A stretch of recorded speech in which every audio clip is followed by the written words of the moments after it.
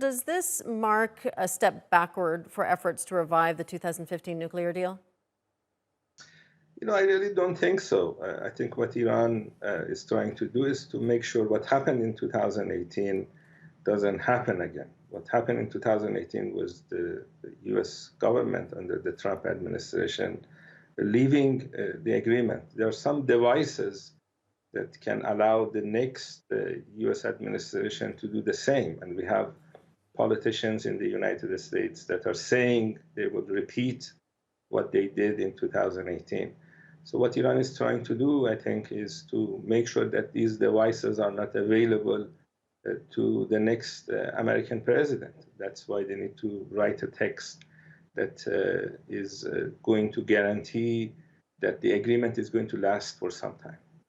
President Biden, though, says he can only guarantee U.S. compliance with the agreement under his presidency, but not future administrations. So is that a red line then for Iran, that they need to have that guarantee? I think Iran is understanding that point, that the Biden administration cannot guarantee what the next administration is doing. That is why they're trying to use other means of making sure that the ability of the next administration to leave the agreement is limited.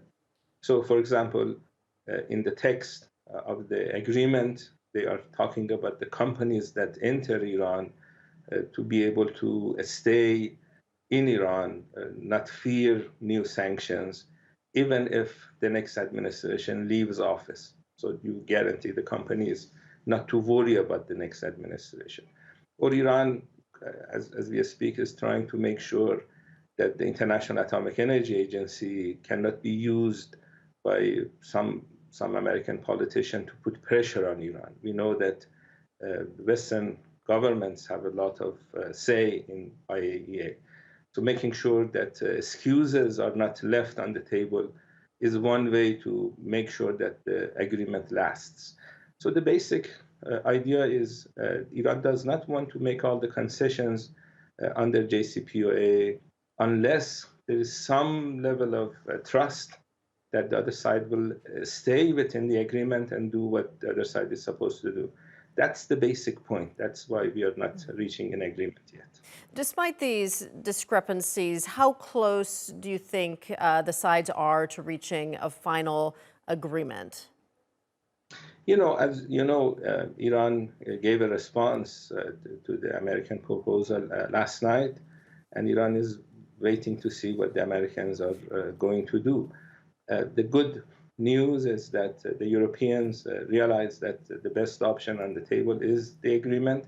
Given the energy crisis and the Ukraine war, I think Europeans realize that they need to have this agreement done. Iran wants it done. I think some people in the Biden administration wants the agreement done.